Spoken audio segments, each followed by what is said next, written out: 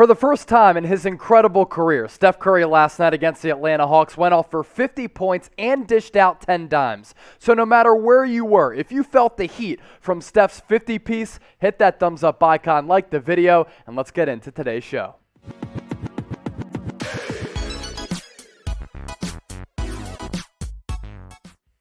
Welcome into Golden State Warriors Today by Chat Sports. I am your host, Chase Sr. As the days continue to pass, the Warriors continue to roll. They have the best record in the NBA, and Steph Curry is balling out. The question we're trying to answer on today's show, in addition to touching on what Juan Toscano-Anderson did last night in that win against the Hawks, is this.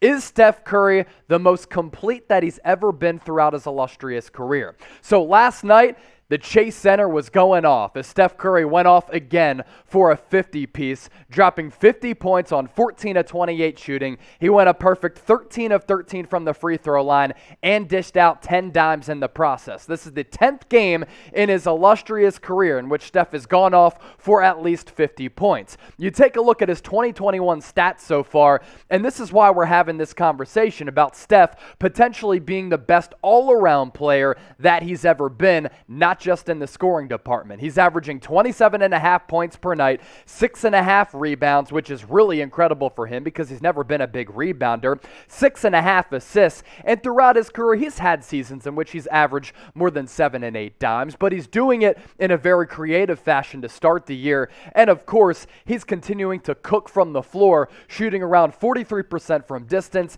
and 40% from three. Steph Curry was asked by the media about him just being in this all-around mood right now where he's hitting teams with rebounds, assists, as well as shooting it inside the arc and outside the arc. He had this to say, quote, "You keep learning from years past and keep adding on different layers to who I am as a person and who I am as a basketball player and all of that. Maybe Andre Iguodala is like the Wizard of Oz in the locker room in terms of his presence and all that, but I feel like I have a lot to offer there as well on that front." Steph Curry right now is 33 years old, and I thought last year was the best season of his career as he finished atop all NBA players in scoring, but right now with his all-around game, is Steph Curry the best player in the league? I thought after the All-Star break last year, it was Steph Curry above everybody else. I'm talking the LeBron Jameses of the world, as well as Kevin Durant. It was Steph as the best guy, the number one guy in the NBA, and I think with the way that he is playing, and the fact that the Warriors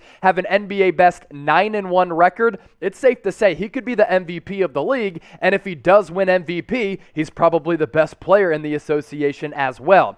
And to add on to everything that Steph is doing offensively, he's also playing pretty well defensively as well. He has defended the third most shots among all players on the Golden State Warriors. So you think about Steph as only being solely an offensive juggernaut. Defensively, he's been playing passing lanes and getting it done on that end of the floor as well. And that's something that Damian Lee had talked about after the game as well, about Steph's defensive prowess. Very underrated defender, Damian Lee said. His hands, obviously, and his positioning to be a good defender. He's stronger than you would think. A lot of people would look at him and think, okay, 6'3" and whatever he weighs, but he's a lot stronger than most people think. He puts effort into defense just as much as he does offense. And it's those types of things that other players are seeing that we are not. So we can look at how Steph Curry is playing and saying, this guy's lights out. He's incredible offensively, one of the best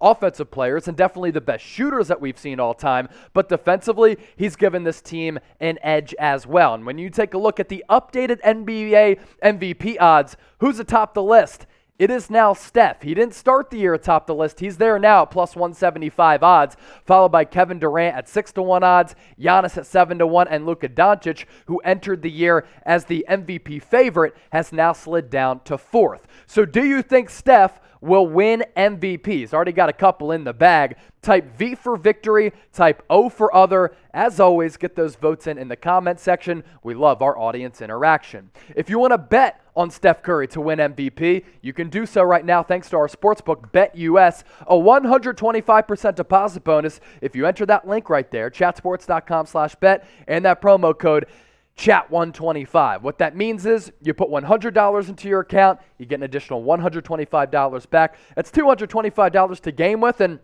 the odds aren't really in your favor because Steph is favored to win MVP. Maybe you just put 225 on Steph. Nah, don't do that because I always got you. Other observations from the Warriors' 127-113 win against the Atlanta Hawks in front of the home crowd at the Chase Center. Watched the game, went back and watched the highlights this morning with a cup of coffee. That's how I started my day. That's how much I care about you in this channel. The ball movement from Golden State was just beautiful. And this is why I continue to say that the stylistic play of the Warriors this year reminds me of that dynasty run that they went on from really 2014 to 2019 in the midst of those 5 straight NBA Finals appearances. They moved the ball, whether it be in half-court sets or in transition on the break.